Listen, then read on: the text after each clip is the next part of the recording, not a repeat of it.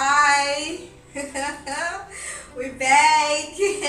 Our second podcast. This is really exciting for me. We have Ntokozo. Our sister Ntokozo is a very old friend of mine. We've been friends since varsity, so I've kind of seen her like developing and growing in her spiritual journey, and she's been there also for me, like throughout my journey. So it's really exciting for me to do this podcast for her. I mean, with her, she's our first guest on the show.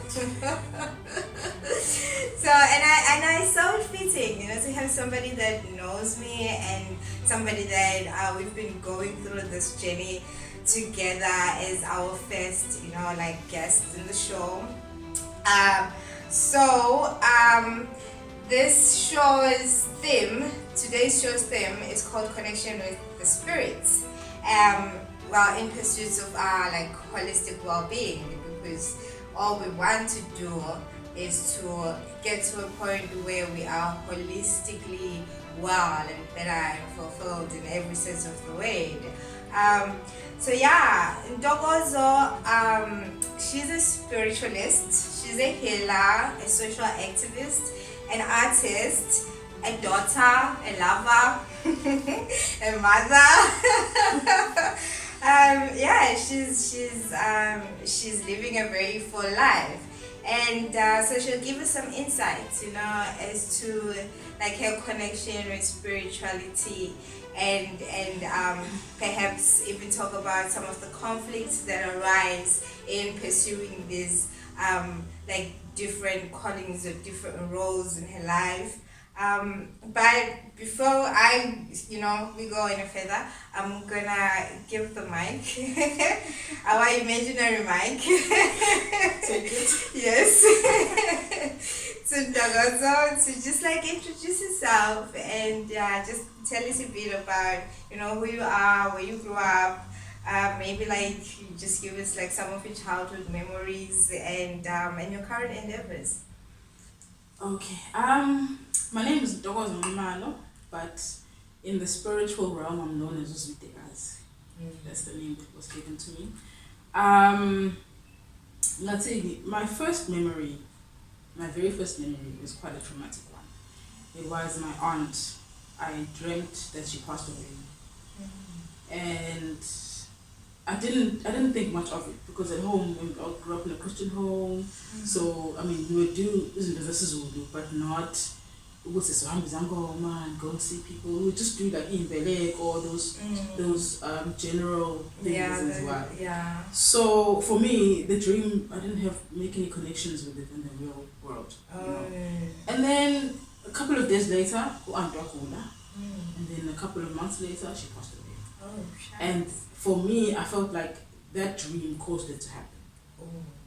And I found myself being scared to fall asleep, being scared to sleep when it was sleeping time. I would start crying and, start having this anxiety to dream something again. Yeah. And it would happen. You poop and then they'd pass away for real. Or you poop something happening and it would happen for real, and it got worse and worse as I got older. When I think I was 15, Sunday Somazwai released this album, Zabalaz. And she did a live performance of it. And she started talking about her connection with her ancestors. And that made me realize, oh my gosh, I'm not the only person going through this in this world. And it made me more curious. I got more books about it. I started reading about it and getting to know more and more and more and more and more. And the more I got to know, the more the dream started becoming about how I can connect with them better. They started showing me the kind of candles I needed to use. They started showing me the kind of things I need to wear when I pray, the kind of prayers that I can use to bless water and to bless a person who's got a curse or has something going on with them. And then I even started hearing voices. I'll be sitting next to someone in a taxi, and then I will hear a voice saying, this person's got this problem and this problem and that problem. Wow. Obviously, you can't say to someone you don't know because you don't know what kind of a reaction you're going to get from them. So I wouldn't say much. It got to a point where I started self-medicating with alcohol to try and drown those voices, because it felt like the more I'm ignoring them, the more I'm hearing them, and now it feels like maybe saying you know. So I self-medicated, but it didn't work, because the alcohol led to the life of going to clubs and parties. Florida Road DJ was a place I went to a lot, especially in my early 20s, 19, 20, 21. Those years, I spent a lot of them there. The last time I went to a club, it was the scariest experience of my life. I started seeing weird spirits floating around there that are dark and that are just looking for souls to feed off. You know, that kind of vibe. So not to say the clubbing was bad, that was my experience that I saw and stopped me from doing the clubbing thing. Which also stopped the drinking. Then the connection started coming stronger. And then they'll dream about certain herbs, certain leaves, certain roots. Dream about all those things. And go and look for them and find them. A lot of them my grandmother showed me when I was young, but she didn't know what she was doing. She was just sharing knowledge. She didn't know that it's something that I'm going to remember and dream of and start looking for. You know, so that's how it happened with me. And in terms of how I connected with all my roles as a human being, it's hard not to. Because when you're spiritual, it's something you wake up with, it's something you go out into the world with. You pray for your food, you pray for waking up, you pray for sleeping, you even have conversations with your ancestors when something funny happens that you know. Those inside jokes you have with them. This is what we were talking about the other day. I get it now. So it's even with my son. I can learn something from him where I need to guide him that can help me when I'm guiding somebody else later on in life. So it connects. It's all connected. It's naturally connected. It's not even you have to make the connections. It's just you have to open up your mind to the connections. I mean, the connections are already there. They already exist. And like all these roles that you've somewhat found yourself in, they just came into being because they were part of you. It's just you expressing who you are. So it's not necessarily a matter of you like going off and finding something else. It's just like you becoming. All right. That's fantastic.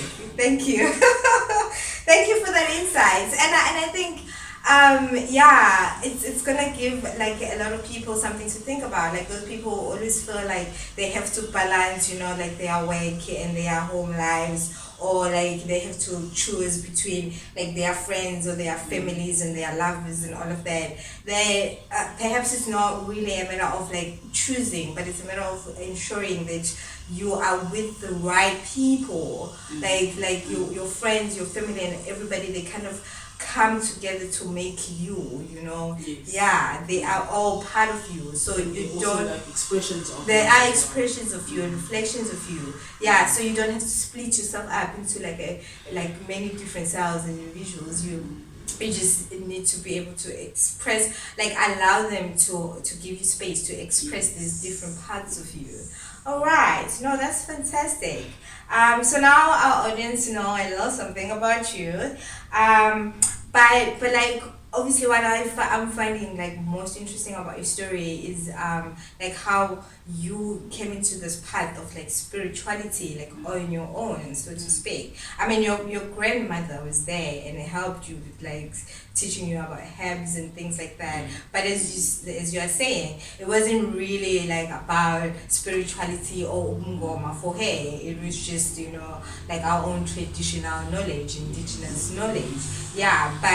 By like having dreams and being able to interpret them, and then obviously like consulting, talking to people and learning all of those things, you kind of did all of that by yourself, really.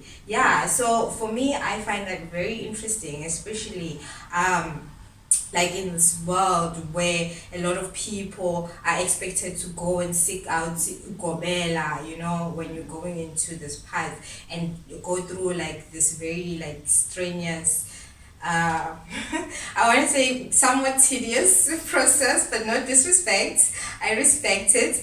But yeah, it can be a lot, that journey of Thwasa and everything. So yeah, like what I want you to maybe like kind of delve into is like that whole journey, that process, because some of us, we have like dreams, and we sometimes see things, but we never really translate it to ubungoma or to like the gift of sight or the gift of healing and all of that. So to you, how did you get to that phase, to that place where you were like, okay, this is who I am, this is what's happening, this is what I'm doing? How were you able to get rid of the doubts that prevents most of us from pursuing, like our true nature and that calling? Well, I tried the Kobela route. I found a guy, I'm not going to say where from, because it might give another way, but I found a guy who was willing to help me and all to some Thwasa.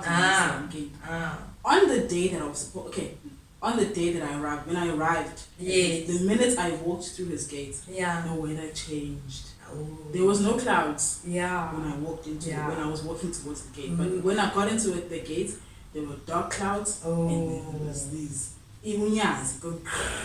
Oh, yeah. Like I had a sense that, hey, maybe I'm not supposed to. Yeah. But I went to knock on the door anyway. You know how it is, more sees or you do whatever it takes to get it. Yeah, but it's so mystical, It's like those Harry Potter movies, you are not supposed to enter the space because everything just changes. Yeah. So I entered the space anyway, and I knocked on the door. The guy opened the door. He literally only peeked his head out and he said, "Please leave. I can't help you like this." And so I left. And that's when I was like, you know what? Let me just leave the Kobela thing. If I'm supposed to find one, they will show me who it is. I'm not going to go around looking for anything. Yeah. And that's when I started to now discover the gift. And I've learned to the reason why we like to indoctrinate everything and have it have a name, have it have a box, we say, okay, this is what it is. It comes from the indoctrination we got from colonization, spiritually, physically, mentally. It put us in a space where now our brains are not open to spirituality in its purest sense, but now we take the spirituality and we doctrinate it into the same way religion is doctrinated. Yeah. It's based on doctrine more than spirit. And I think so true. That's where I found I prefer my roots. And then I relinquished control and was like, what? You guys must show me the way. You guys know. You guys did this before me, years and years and years. Some of you centuries. So I'm gonna relinquish all my power to you guys. And let's do this together.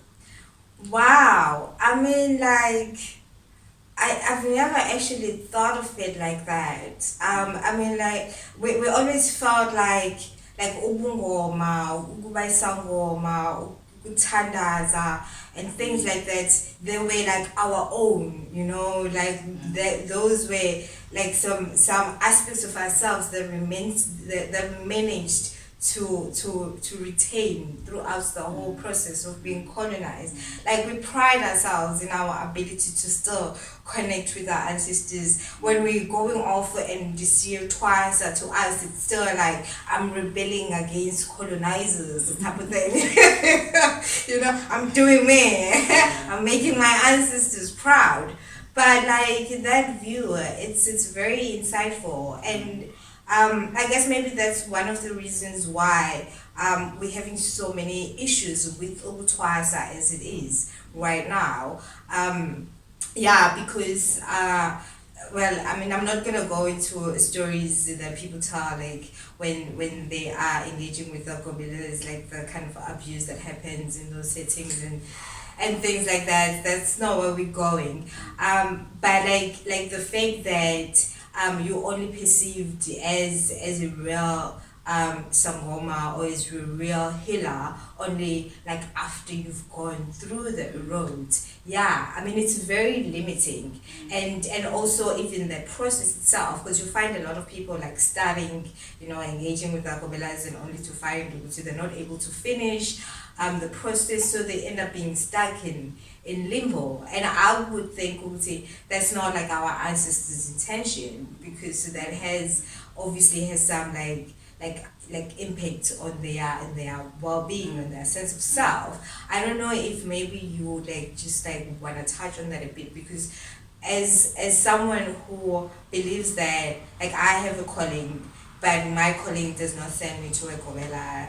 I've had people coming up to me and saying, you're supposed to be a Sangoma, or you have a banda badala, at the same, you've got Ingelosi with you, you're supposed to go into Tandaza and things like that. But to me, it always feels like I'll be assimilating as opposed to being my true self and following my true nature. Yeah, but we do at some point find ourselves being disconnected, somehow from the path, or from this journey, or from what's happening within us, because there's so much pressure, and sometimes we don't know how to handle it, how to deal with it. As you said earlier on, that with you at some point it was hitting the bottle. So people have a lot of different ways of going about it, but what does that do to you? If you've gone into it and you've really tried, and then you find you hit a brick wall, because that happens a lot. In your opinion, how does that affect you as an individual? How does that affect the life that you try to build, or the person that you're supposed to become, and just also your environment as a whole? That's kind of tough one. But I know, I'm sorry. It's a journey of self-discovery more than anything else. The minute you move away from self, there's going to be a disconnection. The minute you move away from the path, there's going to be disconnection.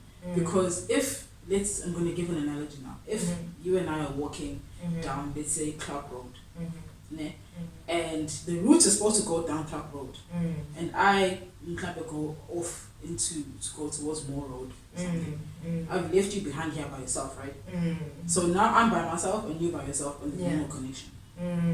So when you move away from, even if it's not physically move away, when you shift your consciousness towards something else, then obviously the connection is going to suffer because of the fact that you have moved. It's not because maybe you've done something wrong, or you've done something that you weren't supposed to. You derailed. You basically left the path, but thought the path would follow you somehow. So it's just a matter of sticking to the assignment. Let's say. Stick to the assignment that you've been given. If your assignment is to heal, stick to healing. If you run out of people to heal, there's always something within yourself to heal. So stick to the assignment. If you stick to the assignment, there's always going to be connection. All right. That's and I guess it's easy to see and to know when you're no longer doing that, right? Because you're no longer doing it. Because sometimes, I'm trying to get. If you say you don't know, it's because you're in denial. That's the real truth. Because you can, out of your mouth, say you don't know. Or you don't realize. But deep down, when you go to sleep at night, you're like, I know. Because we have this thing, I guess of lying to ourselves. And saying, no, I'm still it, I'm still spiritual, but I'm just not practicing. And so for me, I think, is that even a thing? What is it without practice? What is spirituality without practice? Because there is the thing that separates us from doctrinated people. Doctrinated people stand on the doctrine and not on the daily livings. The laws of that path, of the environment that you I mean, it's supposed to be a way of life. Yes, exactly. That's a way of life. It's like your habits, your routines, all these things that you do. It's like saying you want to lose weight.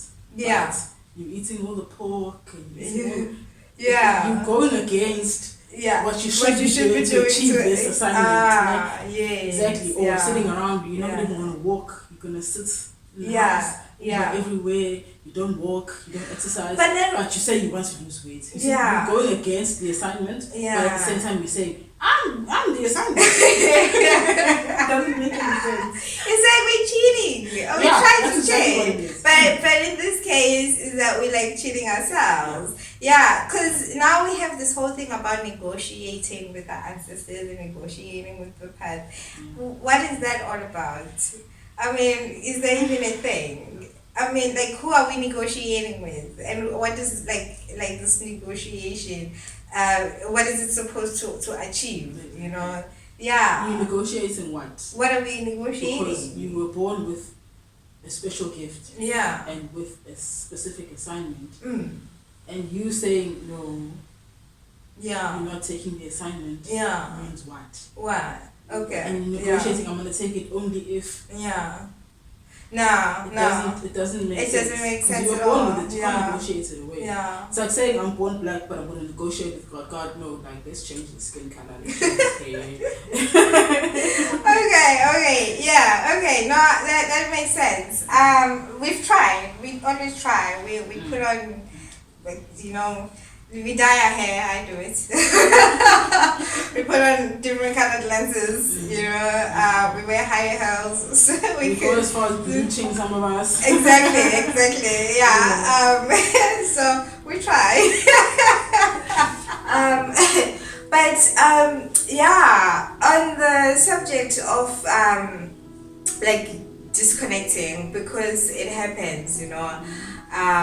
Like more and more people are finding themselves like starting their initiation and not really finishing it, or getting into the path of spirituality, and it's exciting at first because it's like, whoa, I'm learning all these new things, but then, you know, they hit that brick wall, and of course there's like a lot of like different callings, even with ubungoma. There's like ingubo emhlophe, ingubo ebomvu, and It's yellow, you know, that whole thing. Yes. So so like my question is, I guess, like, what do we do then, like when we find ourselves in that stage where we're feeling disconnected, because we feel it, like you're saying, you know, it's like we might not want to admit it to ourselves or to the world, but when we go to bed, we know something is off, you know, and we know that we're not being true to ourselves, we're not like living like a true calling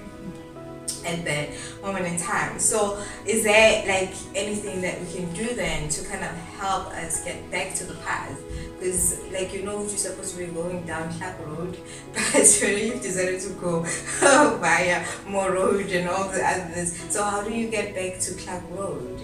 And also, like, with like different like callings, how do you know which one is yours, like which one is your path, especially if you you know, you're not called into being initiated by Igobela, you know. So what do we do in that situation? I don't know, I feel like this is a very difficult question. And but yeah, it's just like, talk about it. Your thoughts. Yeah, it's a difficult thing, and it's something that I have also gone through. And what I've learned is that however you started, that you go back to the source or the beginning of your progress or your process, and you ask yourself, okay, for me to connect with them the first time, this is what I did. And then also figuring out the reasons for the disconnection. Like, where did you stray? Where did you stray to?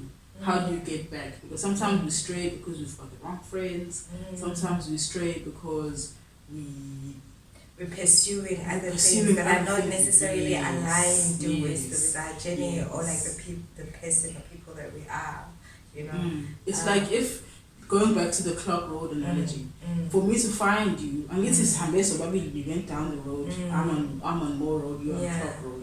I would have to phone you to find out where you are to come to you. And that's where the candles come in. They are sort of like the infrastructure that we use to communicate from our realm to the spiritual realm. So get your candles, get your incense, get your all of those things, apparate tie. for connecting with your people. Your people, Yeah. your beings, yeah. And I guess like white candles are kind of just like a standard, you Yes. know, regardless of the path that you're on, whether you're like in If there are other candles, they will come come- out. You will see them. yeah. You will know, wait, now it's time Yeah. to introduce red or blue or whatever significance you need to acknowledge at that time. Yeah. All right. Yeah, and about like I like different callings, because right now, of course, there's like a lot of people realizing that they are spiritual people. You know, they are attracted to the mystic. We like to call it. We're like, oh, mystical things. You know, they fascinate me. Just learning about like these other beings. There's other worldly beings. There's like other dimensions that we cannot see with the naked eye, and also just like just being able to feel these things. It be I'm an empath or I'm a seer and all of that. Like just all these abilities that are coming to being, but like but obviously if you're not connected with the Gobela or you're not going the roads, sometimes there's a lot of doubt, you know, as you said earlier on.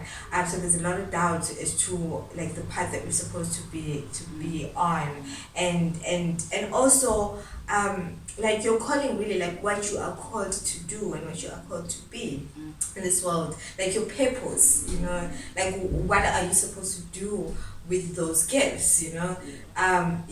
So my question then will be like, is there any way we could maybe start like identifying or defining these like abilities, these spiritual abilities that we have, because I think there's a need for us to be able to do that. But of course, there's again another question that I am somewhat posing to you. Is there a need for us to do that? Because earlier on you did talk about like indoctrination. So maybe there's a danger that once we start labeling all these other abilities, then they will also be corrupted by the systems that we exist in. But my thing is, would it not also be helpful for us to know what they are? So when we see a 10-year-old, for example, like it happened with you when you were young, going through certain things, would be able to identify it and be like, oh no, this is just you coming into your path, you know, this is you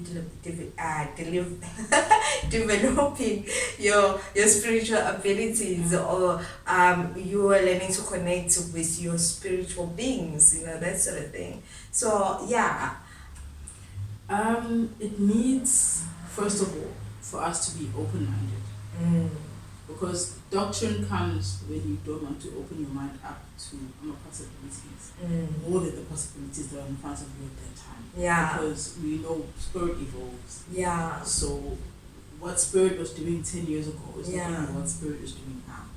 So we have to find a way ourselves, among ourselves. Yeah. Like this podcast is a great start for something like that, because other people that are watching, they're experiencing what I've experienced, or what you experienced, or different experiences that are unique to what we see as per the norm in the world. Those people can come together through these podcasts, and we can come up with our ways of defining ourselves. Because as long as we're the ones defining ourselves, it's easier for us to how do I say it? To sort of like name ourselves. To say, okay, a person that can do this, even though we're not going to give them a specific name, but we're going to know how to see the signs and symptoms of that person. You know, so as opposed to actually labeling, rather research and document, so that anyone coming after says, oh, someone experienced Something this, like and I'm experiencing this now. So it makes it easier for us to have the knowledge available, so that if we need it, it's there. And also for it to be accepted, you know, in society, because I know that when I started, you know, my path, everybody used to think I was crazy. I think we all go through that, right? We're called weirdos and hippies. Dude, and then there will be all these interventions, right? Just so you would get back to normal. Yeah. So, but like if people understand what is happening, they will not see like what you're going through as an illness, as a condition to be corrected, but rather it's it's a gift to be celebrated. A gift to be celebrated. Also, like a gateway, I guess, for you. I don't know how to put it. It's a gateway. It's a gateway to new spiritual possibilities, or new spiritual ways of life, and of ways of healing and being, and exactly. Yeah, I think there's a lot that we still need to understand about ourselves as Africans, especially like spiritual Africans, and like colonialism took a lot from us. And as much as we've always prided ourselves about like this particular part of who we are, this ubungoma and a spiritual connection with our ancestors. There's still a lot that we don't understand, or a lot that we lost, when they came to colonize us. Because I also feel like what is happening right now with this uprising of like a lot of people realizing their spiritual callings, and people going into like his Thwasa initiations and all of that. I don't feel like it's something that's new per se. And then like also with like people having different callings, because back in the days there were Sangoma, there were also Nyanga, and there were also what we call sages, abantu abaziyo. We refer to them in Zulu as Izanusi. Izanusi, exactly. See, I mean, we've even lost it. Yeah. but there were like people, like different people or beings that were perceived as spiritual people, and people knew if I'm having this problem, if I'm experiencing this right now, that's the kind of spiritual guide or spiritual healer that I need to go to. Yeah. But now everything has become about Sangoma, and we no longer know the difference between what is what. And so, which is also why I feel like there's so much confusion around like people like myself that are coming up that are not necessarily Sangoma, because it's like, wait, what are you? You're just crazy.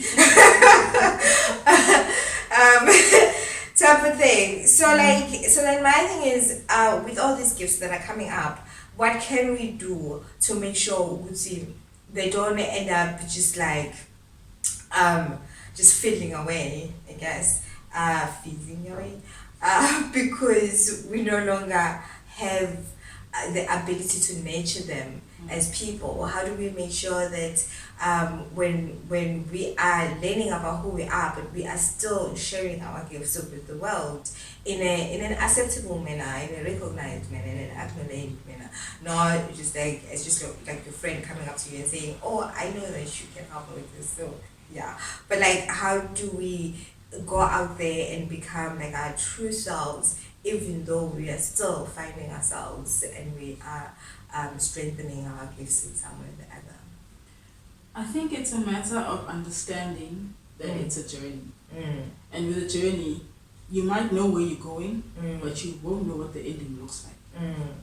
So it's a matter of whatever knowledge you gained through the journey, through your experiences, all of those lessons are what will sort of like align you with what you're supposed to be doing, or with how to go about doing it and discovering it. So it all goes back to being true to self, to yourself, and being honest, and also, like, I'm gonna quote Buddha when he says that if you want to actually have true faith, you can't always listen to what everybody else around you is doing. You also have to trust what is inside you, because the gift was given to you. Whatever ability was given to you, and there was a reason why it was given to you, and not that other person you're trying to get advice from. So I'm not saying that people should have egos and not listen to other people, but take the knowledge that aligns with you. Even if, let's say, you're going to take from Christianity, because there's a lot of wisdom in the Bible. So there's things you can take there that you can use. So it's about you, being true to yourself. How do I put it? Sort of understanding what your limits are, what your boundaries are, what your belief system is based on a personal level now. And I guess that makes a lot of sense, considering that I guess I'm also just remembering the conversation that I had yesterday with one of our spirit brothers, and we were talking about how like the gifts that we have, they are given to us by our ancestors so that we can continue, like the missions that they started. So you have those particular gifts so that you can contribute into building what has already, what they kind of started building, what already exists. And it's not a matter of just like you coming in with something totally new to start afresh, so to speak, which is what in a way I sometimes feel like is a very Eurocentric perspective of spirituality. It has to be somewhat like removed from like your family or your society. It's supposed to be like a personal thing, but with like ancestral spiritual connections, it's more about like that what you have, you are given by by your ancestors, and like the kind of gift that you have, it's supposed to fill in like a gap or a space that's there that only the person with that ability would be able to fill in. So imagine how fascinating it would be like when we truly like understand it, to know that in one household you have like someone who's a seer, who's a healer, who's a Isanusi, like you have all these different abilities within the same household, and they are distinguished like that. So it won't be a matter of like, oh, you have a household of Isangoma, but every one of them knows why they have the gift that they have and how they need to use it, not just for the community but for their own households as well. Because that's also, I don't know, I feel like that's another thing that's been coming up a lot. Just like the role that we ought to be playing in our family settings, because as spiritualists, we tend to again maybe like adopt this Western way of doing things. This is my journey, so I'm gonna go off out there and find my way and become my own person. And we leave our home family situations the way are. There are a lot of like conflicts and strife between like families and spiritual people. There's a lot of like misunderstanding, I guess. And a lot of us go through that. We go through a phase where we like, my family just doesn't understand me, so I'm gonna go off and do my own thing.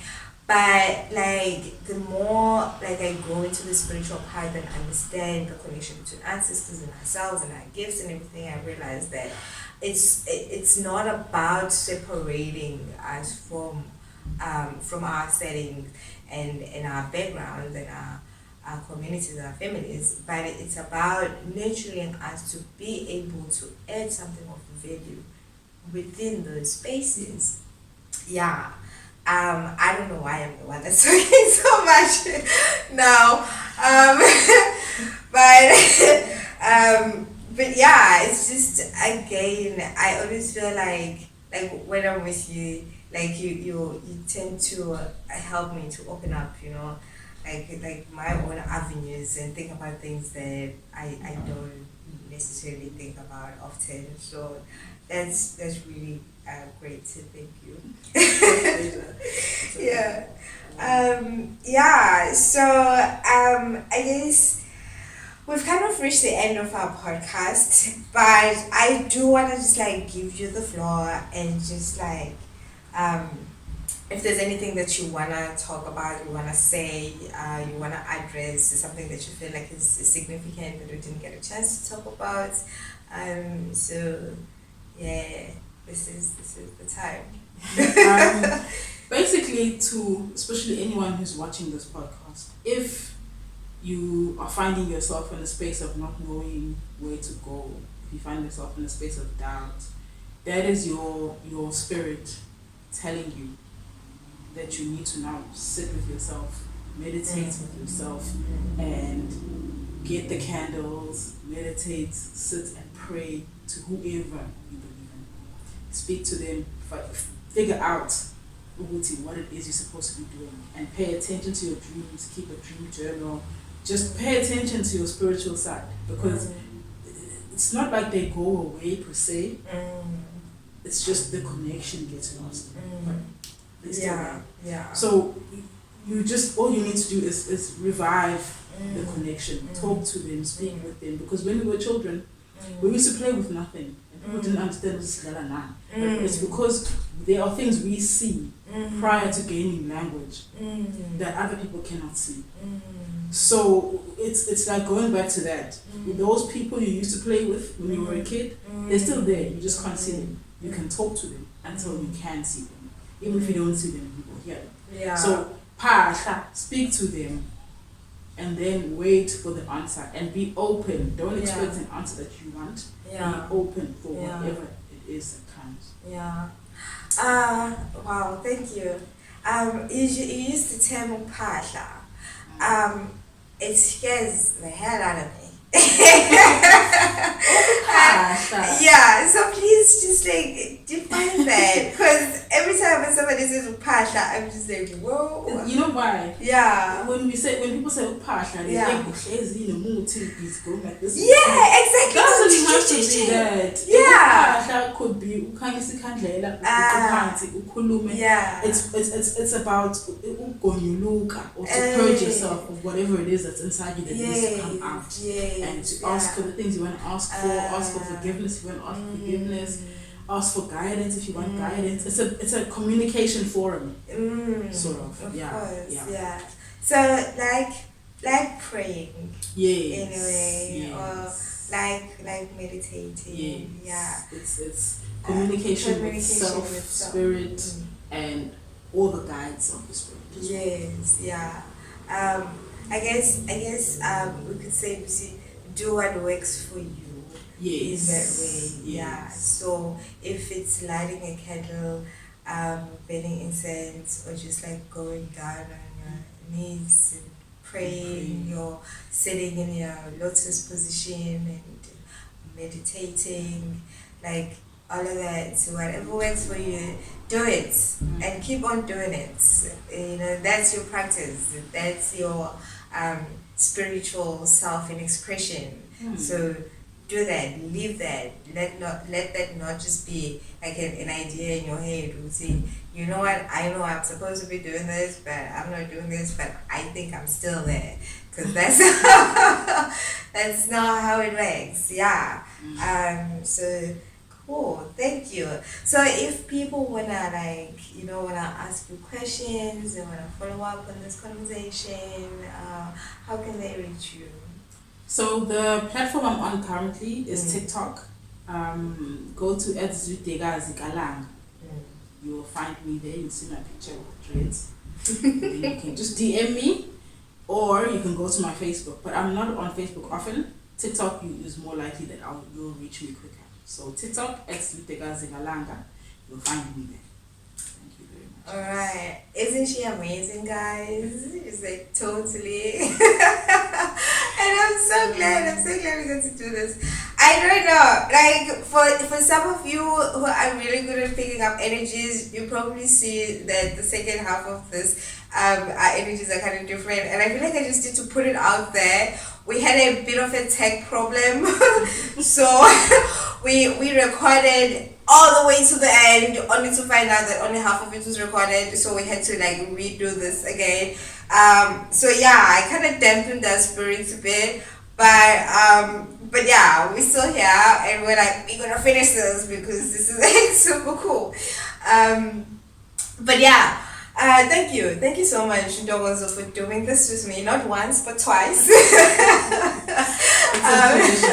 It's a pleasure. Thank you. And I feel very honored to have you in this space, and even more so as my friend, as someone who's just like there for me, like pushing me in my spiritual journey, and just like helping me open up my own avenues and be conscious and aware of everything that's happening.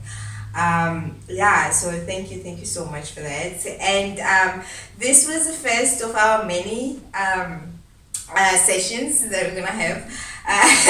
So if you feel like there's something that we need to touch on, something that we need to like delve deeper into, something that you feel like we're totally wrong about, but you you have like accurate knowledge about it, please feel free to DM.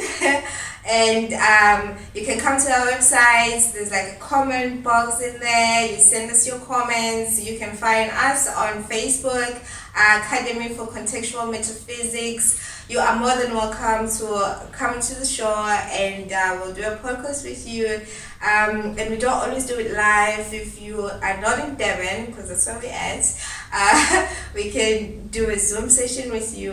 So we have options.